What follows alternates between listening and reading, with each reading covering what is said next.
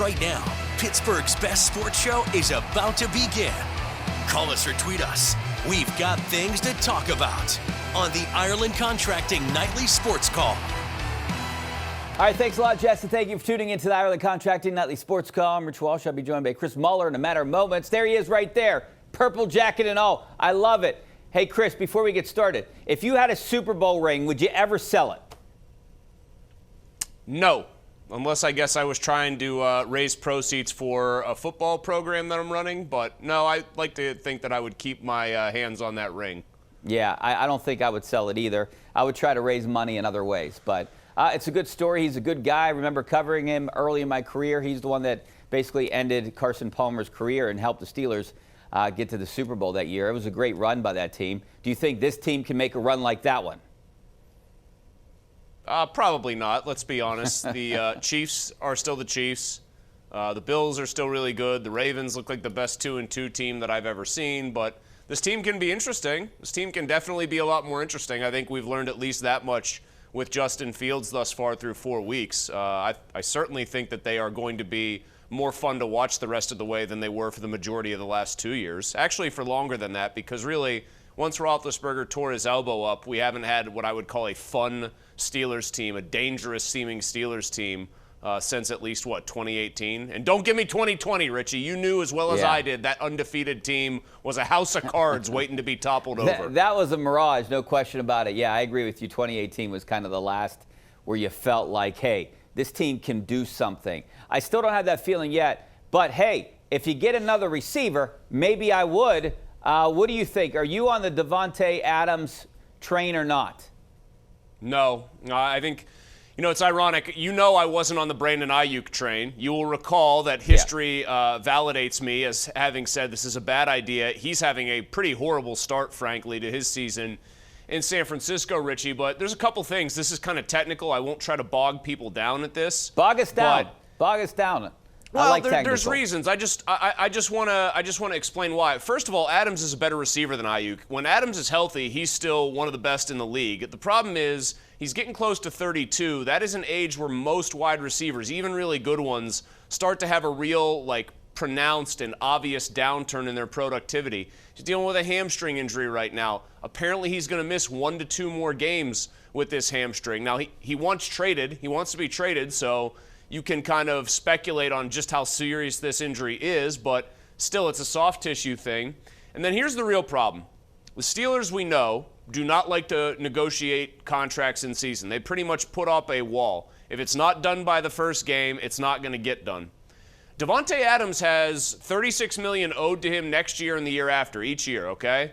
But none of it's guaranteed. He knows that. Any team trading for him knows that.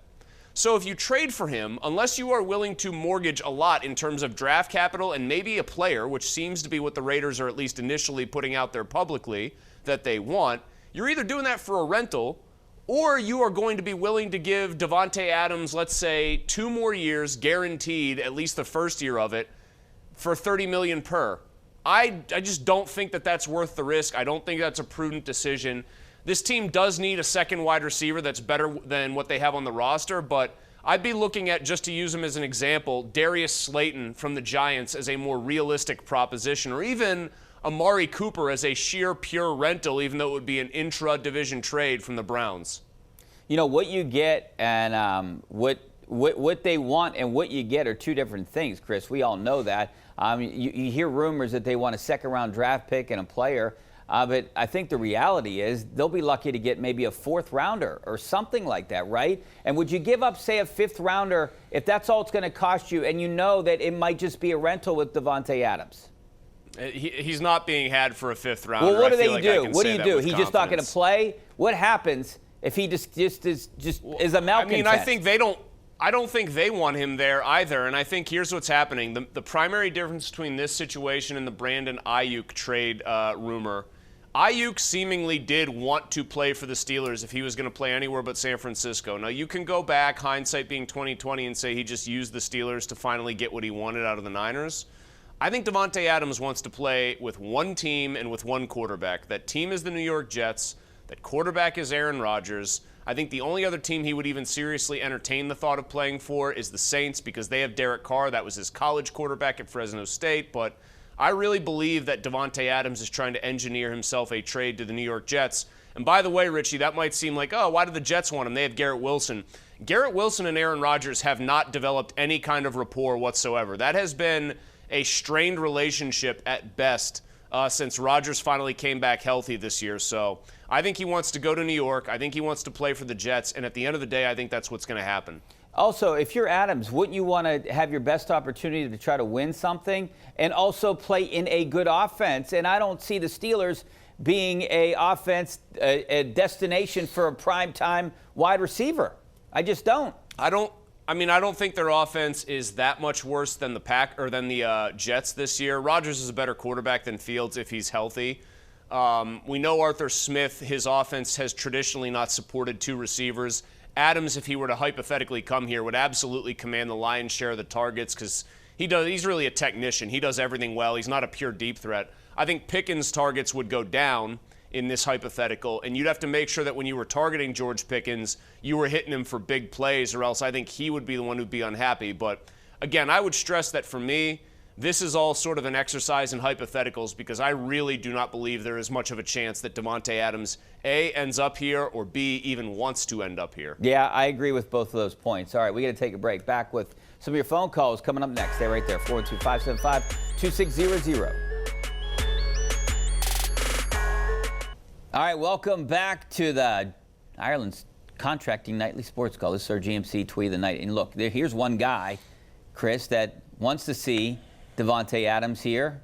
It's Cordero Patterson. Nothing to see here, he says, tweeting a picture of Patterson in the number 17 jersey for the Steelers. So at least we know there's one Steelers player out there that would like to see Cordero Patterson in a Steelers uniform. I'm sure.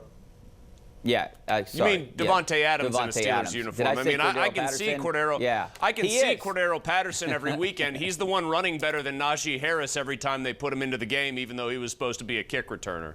Yeah, it's too bad he's not going to play more than likely this weekend, right? I thought he was their best. He's their best option. I actually think, and maybe this isn't far-fetched, and I was talking about this with Steve Banco, our producer here today. I think Najee Harris might be the third best running back right now for this offense. It's pretty obvious that Patterson sees the holes in Arthur Smith's zone blocking scheme a lot more readily than Najee Harris does.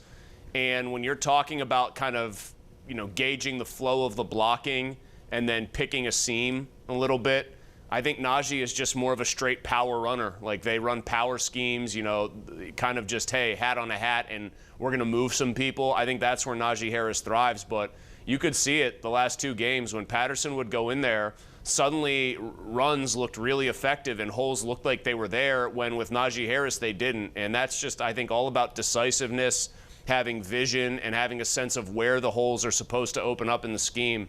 I really don't think Najee Harris is a good fit for this offense. He was a better fit for what they were trying to do, I guess, under Matt Canada, but the numbers are also the numbers. Even when he was in an offense that maybe suited him better, the great games were few and far between. So I don't think you're necessarily very far off with that assessment, Richie, which is an indictment of the fact that they picked this guy in the first round several years back. Yeah, and I could debate you here that he's not even good in short yardage situations either. All right, let's go out to Michael in Beaver Falls. How you doing, Michael? Good evening, Chris. Hey, check out that flashy suit. Gentlemen, I truly believe the Steelers are going to win this Sunday. We're going to get a W.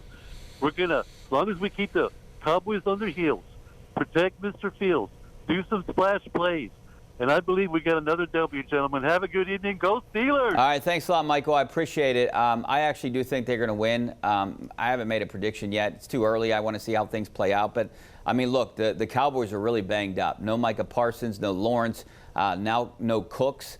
Those are three huge losses for them. I'll make a bold prediction. Najee Harris is going to have an okay game, and he's going to be doing it for his team next year because I think he ends up on the Cowboys after this season. How's that for a bold prediction, That is Richie? a pretty bold prediction. Well, he's definitely not going to be doing it for the Steelers. He's going to be doing it for someone else. There's no question about that. So I think they bounce back and win this game. And like the caller just said, you have to protect Fields. I don't know if they can, though. That's the problem right now. Well, it should be a lot easier with no Lawrence and especially with no Parsons, and now with no Cooks. Cooks just strikes me as the kind of guy, even though he didn't have much in the way of numbers this year, Cooks strikes me as the kind of guy that would tear them apart. They'd be focusing all their attention on CeeDee Lamb, and then here comes little Brandon Cooks sliding through the middle of the field for like an 8-catch, 97-yard, 2-touchdown day.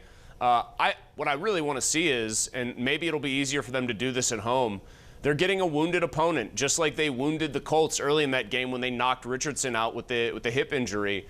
They didn't take advantage of it. They they did the sleepwalk routine, through the first half, through half the third quarter. How about you come out and bury the Cowboys early, or at least get up on them and force Dak Prescott to just drop back and play from behind? I was disappointed more than anything with how flat the Steelers came out against an opponent that was ripe for the picking, I thought, in Indianapolis. Yeah, the one guy that can kill them is CeeDee Lamb. Wouldn't you just take him out of the game? I mean, not physically, not hurt him. I'm just saying, put 2 guys on him. Well, you drafted Joey Porter as a de facto first-rounder to take on these matchups, and for most of his rookie year, the numbers suggest that he did a very good job with them. But I think he's been off to a pretty shaky start this year, and I'm largely a pretty big believer in Porter, but I don't think he has had a very good 2-game run here. He got caught looking in the backfield for a touchdown against the Chargers, and then he got beat up, I think, in his matchups, I think mainly with Michael Pittman, missed 2 interceptions in that Indy game. He needs to have a big bounce back, and Lamb is one of the last guys in the league, if I were in Joey Porter's position, that I would want to see as I've come off of 2 kind of so-so games. All right, let's go out to the phone lines. We got Craig out in Newcastle. How you doing, Craig? I'm good. I wanted to talk about the Pirates offseason, if that's all right. Yeah, we all have Bucko fever on this show. Go ahead. I miss them. I have a comment I'd like to hear your comment on and a question. I think the top priority in the offseason needs to be to sign Hannah Mears to a long-term deal. Craig, I appreciate the call. I miss the Pirates, too. I missed them for the last 30 years. They got some major issues here. And can we talk about how Ben Cherington is the master of saying absolutely nothing while talking a lot? I mean, I found his answers today to be very lacking in any kind of substance whatsoever. He gets asked, I think, a good question. Why should fans believe that anything's going to be different/better moving forward? And he starts by initially saying, I think we've made progress, and then quickly sort of course corrects and says, oh, we need to be better. And then it's like he's got a sheet in front of him, an invisible sort of notepad. We've got to be better in this way. Okay, check mark. We've got to be better that way. Okay, international, and then internal improvements. And I think our baseball ops staff. Come on, man. I understand that he is working with a very limited budget relative to almost all of his peers, but he's done a bad job just in a vacuum. And he and Derek Shelton, I would have blown both of them out of here if I were Bob Nutting. But the most noteworthy thing that Cherington said today, and I think you tweeted something to that effect, Richie, is that he said he gave a vote of confidence or gave a kind of a real endorsement to ownership of Derek Shelton. And then I think that they essentially agreed with him. So none of the particulars that people wanted to see let go are being let go this offseason. I have very, very low hopes for them because they have one guy that everyone wants to see, and he was here for 22 or 23 starts this year. And if he wasn't, they probably would have ended up a 90-loss team. If you replaced Paul Skeens with like a league average pitcher, they're a 90-loss group this year. They went 15-8 in his starts and probably should have been even better, but they couldn't score runs for him. Where is the improvement going to come from? Seriously. Like, what did Ben Cherington say today that could possibly have anybody feeling better about the Pirates a couple days after their season ended? Yeah, I asked him about Shelton. That was the question that I asked him, and he basically said, yeah, he gave a recommendation to Bob Nutting, essentially, to bring him back, and they're going to bring him back, and they're both going to be accountable. Why weren't they accountable this year? And he did say a couple things that stood out to me when he answered that question, saying that he has some targets to hit this year, and and the one thing that stood out, he said players have to respond to him.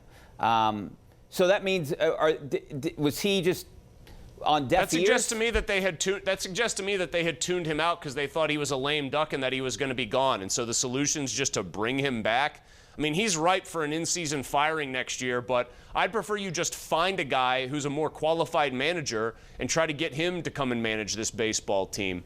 It's just very disheartening when you hear the way that he talks about improvements, when you hear the way he talks about Shelton, the fact that he wants to tie his own performance together with Shelton's. I find it all to be so much more of the same old from a guy who has done largely bad things as general manager of this franchise. Henry Davis, Ke'Bryan Hayes' descent into whatever he's going to be, Jack Sawinski forgetting how to hit. You fire your bullpen coach and your hitting coach, and those are your two moves, and people are supposed to take you seriously and expect that you really want to get better next year. Remember, coming into this season, there was an urgency to win. Remember that? Remember how the owner and the general manager echoed that sentiment? Oh, okay, so what's next year going to be? Extra super real urgency? Come on. .415 winning percentage in 5 years. I mean, that's not really getting the job done. And I understand that payroll plays a big part, and they need to spend more money, and hopefully they do it this offseason. All right, we got to take a break. Back with more of your phone calls and wrap this up coming up next.